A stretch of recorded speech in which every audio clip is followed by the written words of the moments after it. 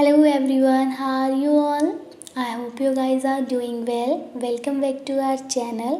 And guys, आज के अपने इस सेशन में हम डिस्कस करेंगे आपके यूजीसी नेट जेआरएफ एग्ज़ाम की यूनिट 9 पेपर 1 की,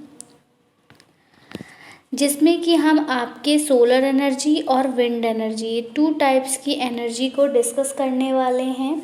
इनके एडवांटेजेस क्या होते हैं, इनके डिसएडवांटेजेस क्या होते हैं, इनके टाइप्स के बारे में हम यहाँ पर डिस्कशन करेंगे। एंड ये जो वीडियो है ये आपके एग्ज़ाम पॉइंट ऑफ व्यू के अकॉर्डिंग बहुत ही ज़्यादा बेनिफिशियल वीडियो रहेगी आपके लिए, तो इसलिए वीडियो को विदाउट स्किप किए लास्ट तक ज़रूर देखें ताकि आपसे कोई भी इन्फॉर्मेशन मिस ना हो, क्योंकि हम यहाँ पर आपको कंसेप्ट प्रोवाइड कर रहे हैं, यहाँ पर क्वेश्चंस को हम नहीं देख रहे। ओके गाइस, सो फर्स्टली अगर अभी तक आपने हमारे चैनल को सब्सक्राइब नहीं किया है तो चैनल को सब्सक्राइब करें ताकि आपकी यूजीसी नेट एग्ज़ाम की प्रिपरेशन अच्छे से हो सके, और बेल आइकन को भी प्रेस करना बिल्कुल ना भूलें ताकि हम अपनी जब भी कोई न्यू वीडियो अपलोड करें तो उसका नोटिफिकेशन सबसे पहले आप तक पहुंच सके। Okay guys, so without wasting much more time, let's move towards our topic. So let's get started. Start करेंगे अपना आज का सेशन और देखेंगे सबसे पहले हम concept of renewable energy resources. ठीक है, अब बेसिकली मैंने देखो आप लोग को बताया ही था, हमारी लास्ट वीडियो अगर आपने रिसोर्सेज वाली देखी होगी तो वहाँ हमने जब क्लासिफिकेशन किया था रिसोर्सेज का तब हमने बताया था कि आपकी 2 तरह की रिसोर्सेज होती हैं, रिन्यूएबल एंड नॉन रिन्यूएबल। तो अब हम यहाँ पर रिन्यूएबल एनर्जी रिसोर्सेज को पढ़ेंगे तो उसके कंसेप्ट के बारे में थोड़ा सा जान लेते हैं। तो ये जो रिन्यूएबल एनर्जी होती है ये एक ऐसी एनर्जी होती है जो क्या करती है, जो आपकी सोर्सेस से आती है और आपकी नेचुरली रिप्लेनिशिंग होती है। ठीक है, सोर्सेस से आती है और कैसी होती है, नेचुरली रिप्लेनिशिंग होती है, लेकिन इसका जो फ्लो होता है वो कैसा होता है, लिमिटेड होता है। ठीक है, तो ये जो रिन्यूएबल एनर्जी होती है ये आपकी एक ऐसी एनर्जी होती है जो कि सोर्सेस से आती है, जो कि आपकी नेचुरली रिप्लेनिश होती है, लेकिन इसका जो फ्लो होता है वो लिमिटेड होता है। ठीक है, रिन्यूएबल सोर्सेज जो होता है आपका, अगर हम उसकी बात करें तो वो आपकी वर्चुअली इनएग्जॉस्टेबल होती है। कैसी होती है, इनएग्जॉस्टेबल होती है। किसमें, आपकी ड्यूरेशन में। तो रिन्यूएबल जो एनर्जी रिसोर्स है ये आपका वर्चुअली इनएग्जॉस्टेबल है ड्यूरेशन में, बट अगर हम इसकी बात करें तो ये आपकी अमाउंट ऑफ एनर्जी में जो है वह लिमिटेड है। अमाउंट ऑफ एनर्जी की अगर हम बात करें तो ये लिमिटेड है, जो कि आपकी पर यूनिट टाइम के लिए अवेलेबल होती है। ठीक है, अब हम टाइप्स की अगर देखें कि आपकी जो रिन्यूएबल एनर्जी है वो कितने टाइप्स की है, तो रिन्यूएबल एनर्जी में आपका आता है तो सोलर एनर्जी, जो कि जिसकी सोर्स क्या है आपकी सन।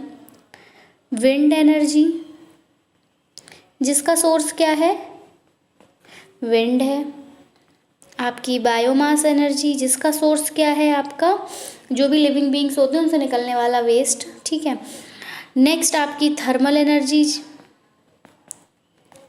ठीक है, इसमें आपका ये है हाइड्रो, वाटर वगैरह से भी हो जाता है। ठीक है, तो वाटर वगैरह भी यहाँ पे सोर्स होता है क्योंकि हाइड्रोथर्मल एनर्जी होती है, आपकी जियोथर्मल एनर्जी होती है। जियोथर्मल एनर्जी जो अर्थ से हीट मिल रही है। ठीक है, आपकी न्यूक्लियर एनर्जी होती है जो कि आपके न्यूक्लियर फिजन और न्यूक्लियर फ्यूजन से होता है। इसमें आपका बायोगैस जो है वह भी आपका रिन्यूएबल एनर्जी रिसोर्सेज में ही आता है। ठीक है, तो अब हम डिस्कस करेंगे, सबसे पहले जानेंगे कि सोलर एनर्जी क्या होती है। अब देखिए सोलर एनर्जी जो है, सोलर एनर्जी में जो ये सन है ये क्या है, सोर्स है। ठीक है, अब जो ये सन है ये आपको पता है कि आप जब से बॉर्न हुए होंगे तब से आपको दिखाई दे रहा है। कितनी भी ग्लोबल वार्मिंग हो, कि कितना भी पोल्यूशन बढ़े, लेकिन ये आपको दिखाई देता है। कब नहीं दिखता? जब आपका क्लाउडी एटमॉस्फेयर होता है, और विंटर्स में कभी कभी नहीं दिखता है ड्यू टू फॉग और एनी अदर रीज़न, ठीक है। लेकिन ये प्रेजेंट तो होता है। सुबह तो तभी होती है ना जब ये सूरज निकलता है, ठीक है। तो सन जो है हमारा एक, कह सकते हैं हम, प्राइमरी सोर्स है किसका? एनर्जी का। एनर्जी का प्राइमरी सोर्स जो है वह क्या है? आपका सन है, जो कि आपका बहुत पहले से यहाँ पर प्रेजेंट है और हमेशा रहेगा।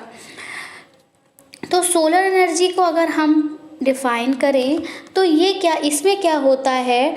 ट्रांसफॉर्मेशन होता है एनर्जी का। इसको हम डिफाइन करते हैं as the transformation of energy. इसको हम एनर्जी के ट्रांसफॉर्मेशन की तरह डिफाइन करते हैं। That is present in the sun. ये जो ट्रांसफॉर्मेशन होता है एनर्जी का, अब ये एनर्जी कहाँ प्रेजेंट होती है? तो ये एनर्जी आपके सन में प्रेजेंट होती है, और ये एक तरह का क्या है? आपका रिन्यूएबल एनर्जी है, ठीक है। तो सोलर एनर्जी क्या है कि सूरज के द्वारा जो एनर्जी मिल रही है, जिसका एनर्जी का ट्रांसफॉर्मेशन हो रहा है, कोई एनर्जी मिली और उससे आपका क्या हो रहा है? इलेक्ट्रिसिटी कंडक्ट हो रही है, ठीक है। तो सन से मिलने वाली जो एनर्जी है, उस एनर्जी का यूज़ करके आप क्या कर रहे हैं? इलेक्ट्रिसिटी जनरेट कर रहे हैं। यही आपकी क्या है? सोलर एनर्जी है। एक बार जब सूरज की जो किरण होती है, या हम कह सकते हैं सूरज की जो लाइट होती है, जब वो एक बार आपके अर्थ एटमॉस्फेयर से पास हो जाएगी, ठीक है। जब एक बार सन की लाइट आपके अर्थ एटमॉस्फेयर से पास हो जाएगी तो क्या होगा? इसमें से काफ़ी जो रहेगी वो आपकी विजिबल लाइट में रहेगी। जब पास होती है अर्थ एटमॉस्फेयर से सन की लाइट, तो कुछ तो जो है वो आपको कहाँ, किस में देखने को मिलेगी? वो आपको विजिबल लाइट में देखने को मिलेगी, जो कि आपको दिख रही होती है, और कुछ आपको इंफ्रारेड रेडिएशंस में देखने को मिलती है। प्लांट क्या करते हैं? सनलाइट का इस्तेमाल करते हैं। प्लांट यूज़ करते हैं आपकी सनलाइट को, और क्या करते हैं? इसको कन्वर्ट कर देते हैं। किस में? शुगर में कन्वर्ट कर देते हैं, और आपके स्टार्च में कन्वर्ट कर देते हैं, ठीक है। और यही जो प्रोसेस होती है आपके कन्वर्जन की, ठीक है, इसी को हम नाम देते हैं फोटोसिंथेसिस। तो आप देख सकते हैं कि जो सन की लाइट है वो कितनी ज़्यादा बेनिफिशियल है, ठीक है। तो अब यहाँ पर हम सोलर एनर्जी क्या होती है तो आप जान गए कि जो सूरज से हमें ऊष्मा मिलती है उसका इस्तेमाल हम करते हैं इलेक्ट्रिसिटी को कंडक्ट करने के लिए। सूरज से मिलने वाली ऊष्मा को प्लांट यूज़ करते हैं अपने फोटोसिंथेसिस की प्रक्रिया को पूरा करने के लिए, ताकि वो अपना खाना खुद बना सके। हम सभी जानते हैं प्लांट्स जो होते हैं आपके कैसे होते हैं? ऑटोट्रॉप्स होते हैं, जो कि अपना खाना खुद बनाते हैं। और ये अपना खाना किसकी हेल्प से बनाते हैं? तो ये अपना खाना सन की हेल्प से बनाते हैं। अब सोलर सेल पैनल्स का यूज, अब एनर्जी तो कन्वर्ट, हमने देखिए बात की कि आपकी सोलर एनर्जी है, सोलर यानी कि सन का आप इस्तेमाल कर रहे हो इलेक्ट्रिसिटी कंडक्टर में। अब कर कैसे रहे हो? तो उसके लिए आप किसका इस्तेमाल कर रहे हैं? सोलर सेल पैनल्स का आप इसके लिए इसका यूज़ कर रहे हैं। और ये जो सोलर सेल पैनल्स हैं ये क्या कर रहे हैं? ये कन्वर्ट कर रहे हैं सन की एनर्जी को किस में? इलेक्ट्रिसिटी में। तो ये जो सोलर सेल पैनल्स हैं ये आपकी जो सूरज से मिलने वाली एनर्जी है, ऊष्मा है, उसको ये इलेक्ट्रिसिटी में क्या कर रहे हैं? कन्वर्ट कर रहे हैं। तो ये होती है बेसिकली आपकी सोलर एनर्जी। एक बार आप यहाँ पे देख लीजिए, यहाँ फिगर में मैं आपको थोड़ा सा बताती हूँ। देखिए क्या हो रहा है,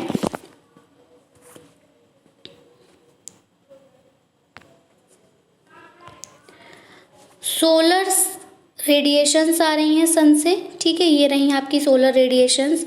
यहाँ पर ये जो है ये ही आपका सोलर सेल पैनल है, ये लगा हुआ है। इस सोलर सेल पैनल पर ये जो रेडिएशंस हैं ये आके स्ट्राइक हो रही हैं, ठीक है। जब ये की रेडिएशंस इस सोलर सेल पैनल पे आके स्ट्राइक हो रही है तो यहाँ से यहाँ इसमें जो वायर्स लगे, जब ये हीटअप हो रहा है, आपको पता है ना कि इलेक्ट्रिसिटी कैसे कंडक्ट होती है। तो जो इलेक्ट्रिसिटी है वो आपकी कैसी कंडक्ट होती है, जब इलेक्ट्रॉन्स का फ्लो होता है, ठीक है। जब इलेक्ट्रॉन्स का फ्लो होगा तब आपकी इलेक्ट्रिसिटी कंडक्ट होती है, ठीक है।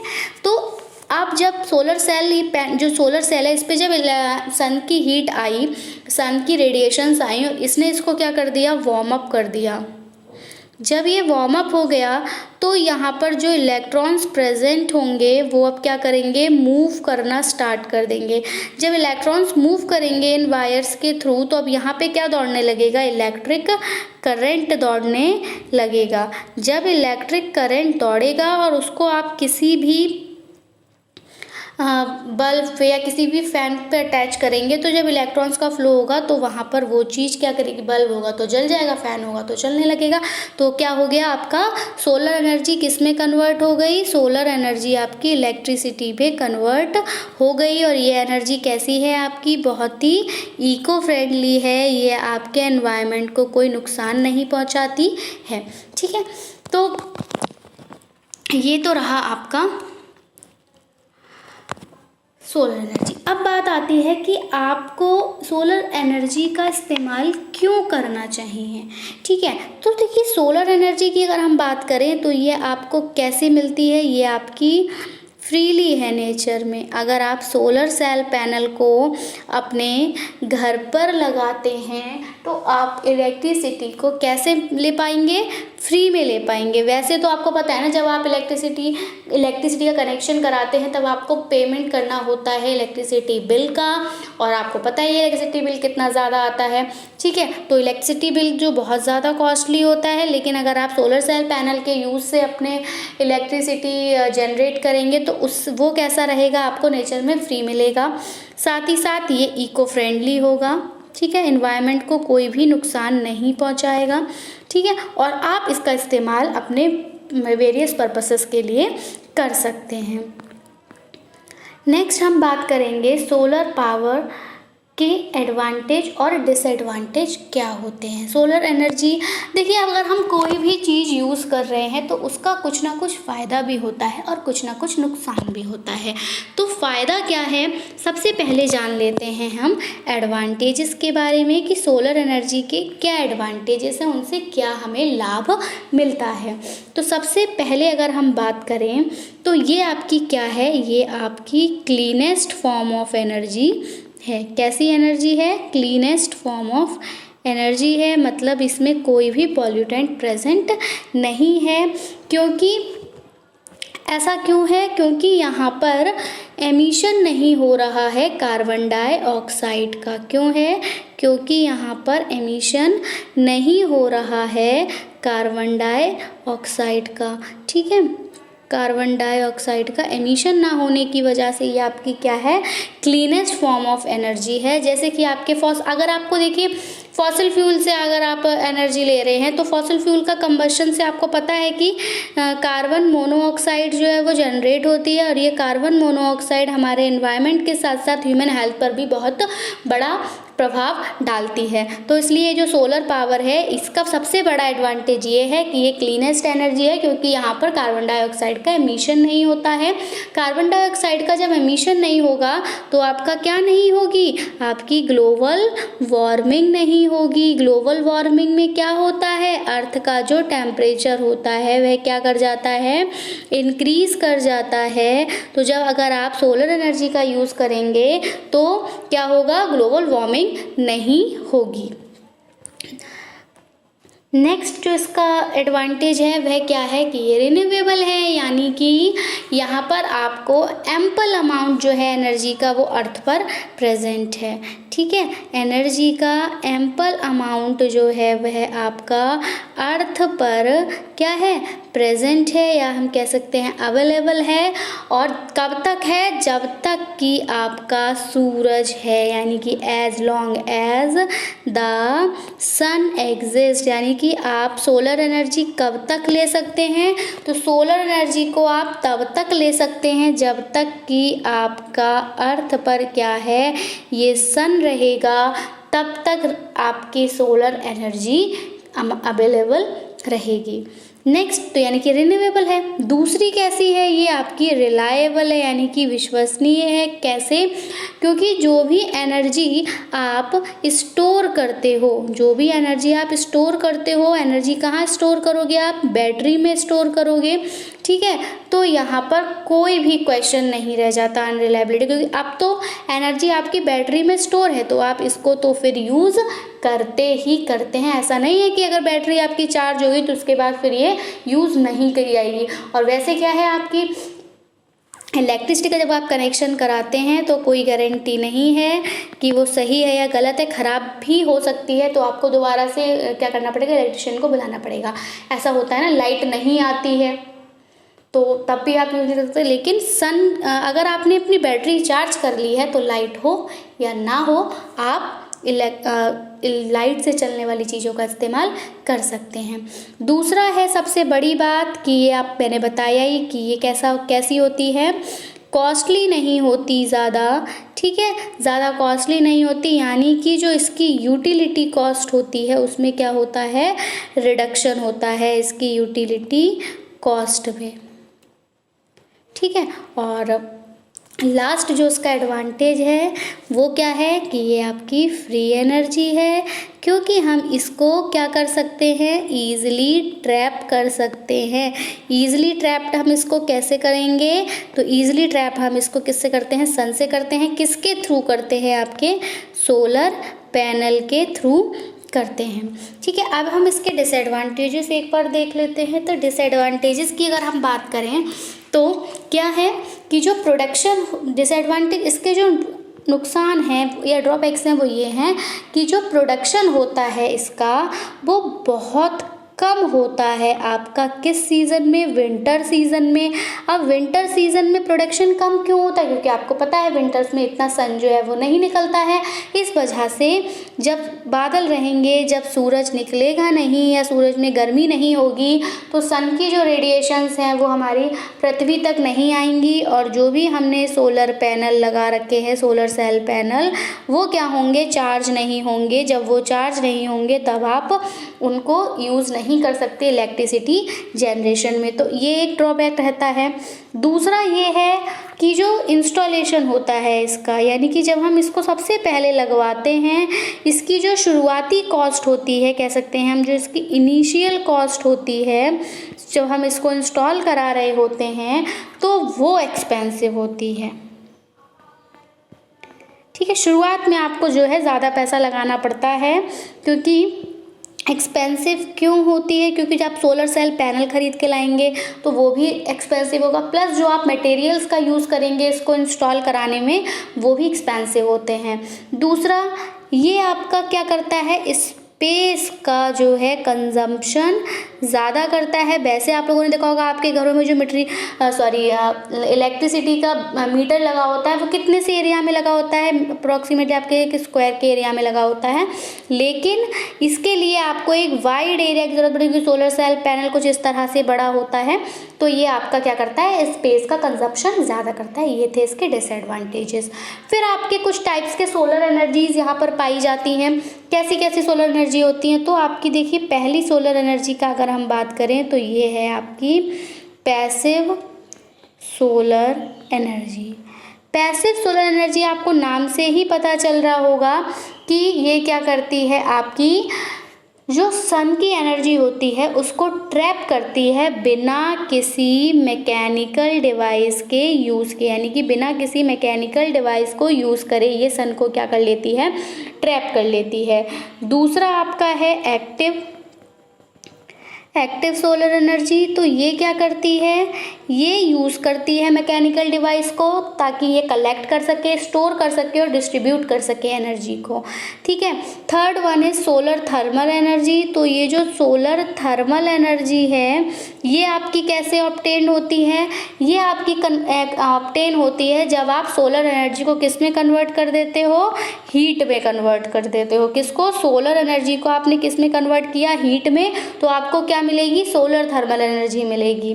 फिर आपको एक और तरह की एनर्जी मिलती है जो कि है आपकी फोटोवोल्टिक सोलर पावर। ये जो फोटोवोल्टिक सोलर पावर है ये एक ऐसी एनर्जी है जो कि आपको मिलती है, जिसको आप ऑब्टेन करते हैं कब, जब आप सोलर एनर्जी को किस में कन्वर्ट करते हैं, इलेक्ट्रिसिटी में। और सोलर थर्मल कब मिलेगी, जब आप सोलर एनर्जी को किस में कन्वर्ट करेंगे, हीट में। तो ये आपको याद रखना है, एक दूसरे के ऑपोजिट है। पैसिव वाले में आप मैकेनिकल डिवाइस का यूज़ नहीं करते और एनर्जी को ट्रैप कर लेते हैं। एक्टिव सोलर एनर्जी में आप मैकेनिकल डिवाइसेस को यूज़ करते हैं एनर्जी को कलेक्ट करने के लिए, उसको स्टोर करने के लिए और उसको डिस्ट्रीब्यूट करने के लिए। सोलर थर्मल एनर्जी आपको जब मिलती है जब आप सोलर एनर्जी को कन्वर्ट कर देते हैं किसमें, हीट में। और फोटोवोल्टिक सोलर पावर आपको जब मिलती है जब आप सोलर एनर्जी को कन्वर्ट करते हैं किसमें, इलेक्ट्रिसिटी में। अब कुछ यूजेस देख लेते हैं कि यूजेस क्या है। सोलर एनर्जी के यूजेस की अगर हम बात करें तो क्या यूजेस हैं, ये आप किस लिए यूज़ करते हैं, सोलर एनर्जी का यूज़ आप कुकिंग के लिए करते हैं। ठीक है, जैसे कि आप सोलर कुकर्स का यूज़ करते हैं, तो सोलर कुकर्स का आप जब यूज़ करते हैं तो ये किस लिए यूज़ हो रहा है, कुकिंग के लिए। आप यूज़ करते हैं सोलर कुकर का, क्यों, ताकि आप खाने को हीट कर सकें, बना सकें और फूड को पास्चराइज कर सकें। ठीक है, ये जो सोलर कुकर्स थे इनका इस्तेमाल किस लिए किया गया, ताकि इलेक्ट्रिक हीटर्स जो कि बहुत ज़्यादा कॉस्टली होते हैं उनको क्या किया जा सके, उनको रिप्लेस किया जा सके, इसलिए सोलर कुकर्स इस्तेमाल किए जाते हैं। और सोलर एनर्जी आपकी बैटरी चार्जिंग के लिए भी यूज़ होती है घर पे। ठीक है, तो ये था आपका सोलर एनर्जी। आई होप आपको सोलर एनर्जी समझ में आया होगा। आगे बढ़ेंगे और अब हम जानेंगे विंड एनर्जी के बारे में। तो विंड एनर्जी को हम देखते हैं। विंड एनर्जी की अगर हम बात करें तो ये आपकी रेफ़र करती है to capturing the energy from moving air. ठीक है, ये एनर्जी आप कहाँ से कैप्चर करते हैं, मूविंग एयर से कैप्चर करते हैं।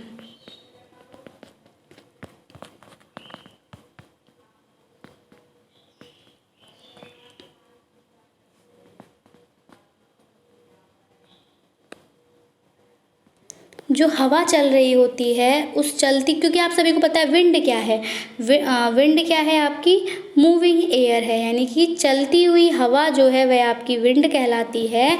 तो आप विंड एनर्जी के लिए एनर्जी कहाँ से लेते हैं, जो चलती हुई हवा होती है, जो विंड होती है, वहाँ से आप इसके लिए एनर्जी को ट्रैप करते हैं, इसको कैप्चर करते हैं।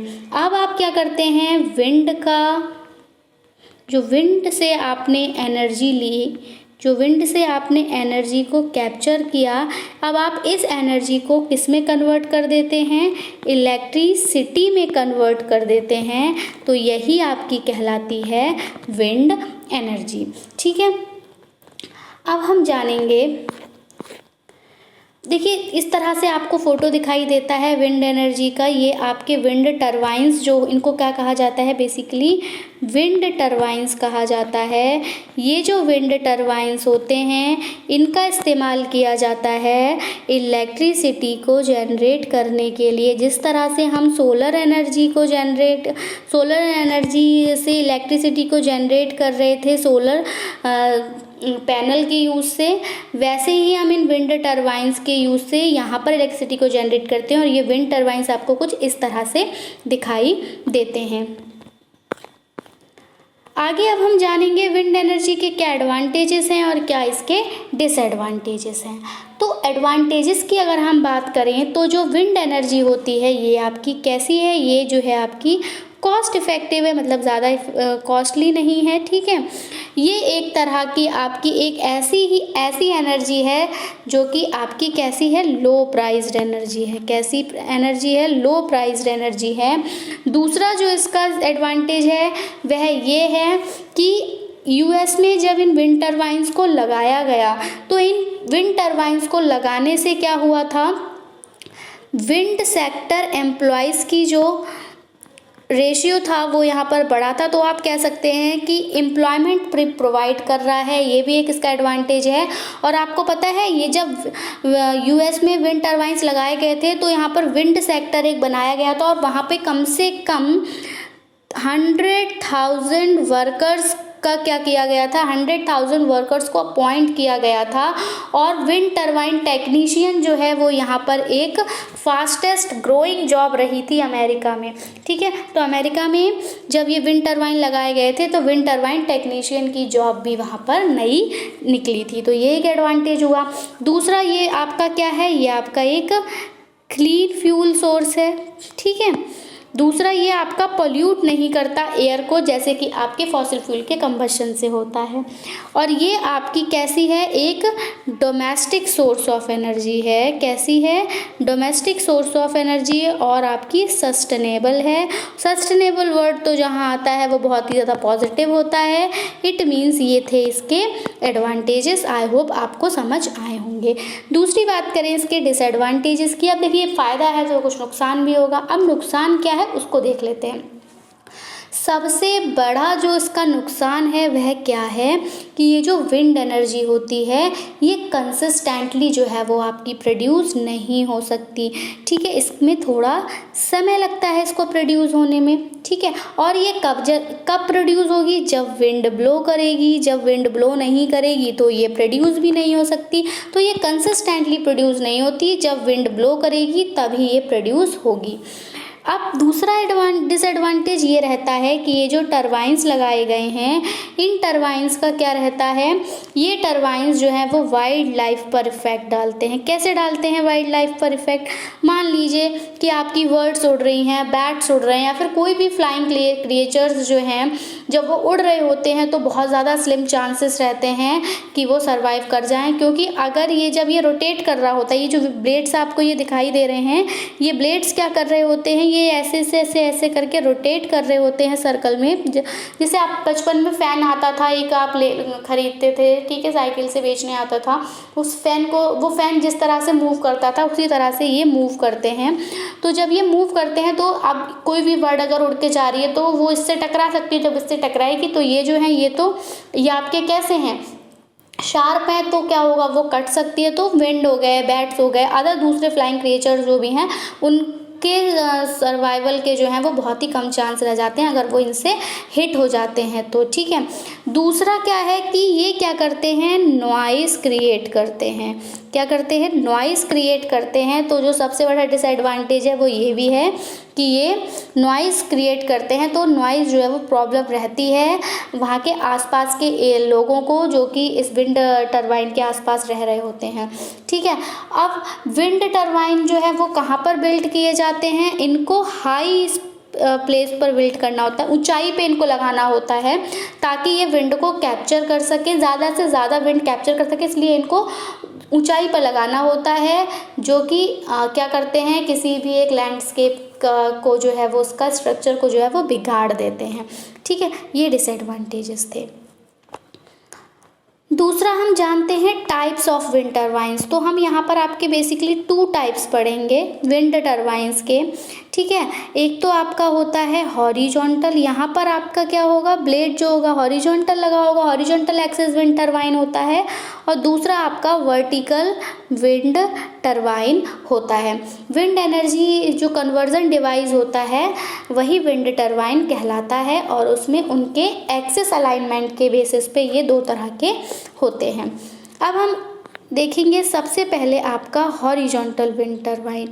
हॉरिजॉन्टल विंड टरबाइन देखिए, हम अगर इसकी बात करें तो ये कैसा है, ये आपको कुछ इस तरह से दिखाई देता है। यहाँ पर ये जो है ये आपके क्या हैं, ये ब्लेड्स हैं और ये यहाँ ये एक हब लगा होता है। इस हब को क्या कहा जाता है, विंड टरबाइन कहा जाता है। यहाँ से इलेक्ट्रिसिटी, यहाँ से ये एक पाइप होता है और यहाँ पर आपके क्या लगे होते हैं, ट्रांसमिशन लगे होते हैं, जिनको हम स्पीड इंक्रीज़र बोलते हैं। ये जो क्या है, ये ट्रांसमिशन करते हैं, यहाँ पर स्पीड इंक्रीज़ होती है, ड्राइव शाफ्ट होता है, ठीक है, कपलिंग वगैरह करते हैं ये। ठीक है, इस तरह से इनका स्ट्रक्चर कुछ बना होता है। और फिर ये क्या करते हैं, यहाँ नीचे जो होता है इनका स्ट्रक्चर होता है, यहाँ पर आपकी कंट्रोल बिल्डिंग लगी होती है और ये जो है ये आपका इलेक्ट्रिसिटी को जनरेट करता है, ये इलेक्ट्रिसिटी को ट्रांसमिट करता है, हब तक पहुंचाता है। और फिर ये जो ब्लेड्स हैं लगे हुए, ये ब्लेड्स क्या करते हैं, रोटेट करने लगते हैं। ठीक है, अगर हम HAWT की बात करें तो ये बहुत ही ज़्यादा कॉमन विंड मशीन डिज़ाइन है जो कि आज के टाइम पर यूज़ हो रहा है। ये आपका क्या करता है, ये एरोडायनेमिक ब्लेड्स को यूटिलाइज करता है। ठीक है, जैसे कि हम कह सकते हैं एयरफॉइल्स। ठीक है, तो ये एरोडायनेमिक ब्लेड्स को यूटिलाइज करता है जो कि इसके रोटर में लगे हुए होते हैं। ठीक है, और इनको विंड की तरफ अपविंड और डाउनविंड इनको पोजीशन किया जाता है, या तो अपविंड या फिर डाउनविंड। ये आपके टिपिकली इसमें कितने ब्लेड्स पाए जाएंगे, 2 ब्लेड्स पाए जाएंगे या फिर 3 ब्लेड्स पाए जाएंगे, ताकि वो हाई ब्लेड स्पीड को क्या कर सके, ऑपरेट कर सके। ठीक है, ये जो HAWT होता है ये बेटर पावर आउटपुट को अचीव करता है और हाई एनर्जी इफ़िशियंसी को भी अचीव करता है, और इसी वजह से इसको large scale wind power plants में इस्तेमाल किया जाता है और इलेक्ट्रिसिटी जनरेशन के लिए भी इसका इस्तेमाल होता है। इंडस्ट्रियल प्लांट्स की अगर हम बात करें तो वहाँ पर लार्ज स्केल विंड फार्म्स होते हैं, और आपके नेशनल जो प्रोजेक्ट्स होते हैं उनके लिए इन विंड टरबाइंस का फ्रिक्वेंटली इस्तेमाल किया जाता है। आगे देखेंगे, दूसरा है आपका vertical axis wind turbine. Vertical axis में अगर हम बात करें तो यहाँ आपको देखेंगे इस तरह से स्ट्रक्चर दिखाई देता है। इस स्ट्रक्चर में आपको यहाँ पर गाय वायर दिखाई देता है। ये आपका अपर हब होता है, वहाँ पर हब जो था साइड में था, और यहाँ अपर हब ऊपर होता है, इसलिए इसको अपर हब कहा गया है। ठीक है, नीचे लोअर हब, यहाँ 2 हब होते हैं, गियर बॉक्स होता है, यहाँ ये जनरेटर है। ठीक है, अब क्या है इसका काम देखते हैं। तो ये जो VAWT है आपका, यानी कि वर्टिकल एक्सिस विंड टरबाइन, ये एक तरह का विंड टरबाइन है जहाँ पर कि जो आपका मेन रोटेटर है, ये ब्लेड्स हैं, तो जहाँ पर अब ये जो रोटर ब्लेड हैं ये क्या करते हैं, ये ट्रांसवर्स लगाए जाते हैं विंड के, और जबकि जो बाकी के कंपोनेंट्स होते हैं वो इसके बेस पर जो है वो लोकेटेड रहते हैं। ऐसे अरेंजमेंट करने से क्या करता है, ये जनरेटर को अलाउ करता है और गियर बॉक्स को अलाउ करता है कि वो क्या करेंगे, ग्राउंड से पास जो है इनको लोकेट किया जाएगा, ताकि ये सर्विस को क्या कर सके, फैसिलिटेट कर सकें। ठीक है, इनको विंड को ट्रैक करने की ज़रूरत नहीं होती। ब्लेड्स जो होते हैं आपके VAWT के कैसे होते हैं, ब्लेड्स की अगर हम बात करें तो ये आपके फटीग होते हैं। ठीक है, क्योंकि यहाँ पर वाइड वेरिएशंस होती है इनकी अप्लाइड फोर्सेस में हर रोटेशन के टाइम पे। और ये जो आपकी ब्लेड्स होते हैं, ये जो आपका जो आपका ये VAWT है, इसको फर्दर क्लासिफाई किया जाता है 2 पार्ट्स में। इसमें आपका एक तो आता है सेविनियस मॉडल और दूसरा आपका आता है डेरियस मॉडल। ठीक है, अब विंड एनर्जी का इस्तेमाल भी आप लोग विंड टरबाइंस की हेल्प से इलेक्ट्रिसिटी को जनरेट करने के लिए करते हैं। हम अपने घरों में इसको नहीं लगाते, ये आपके लार्ज स्केल पर इसका यूज़ होता है। ठीक है, सभी के लिए इसका यूज़ होता है। तो हमने कुछ क्वेश्चंस भी डिस्कस किए थे जहाँ पे हमने बताया था आपको कि विंड एनर्जी जो है वो सबसे ज़्यादा विंड एनर्जी का यूज़ सबसे ज़्यादा कौन करता है इलेक्ट्रिसिटी जनरेट करने के लिए। आई होप आपको वीडियो पसंद आया होगा। वीडियो पसंद आया हो तो प्लीज़ इसको लाइक करें, साथ ही अपने फ्रेंड्स में शेयर करें ताकि उनको भी इसका बेनिफिट मिल सके। So that's it from my side. I will be coming back with some new important sessions. Till then take care and bye bye. Thanks for watching. Thanks, have a nice day.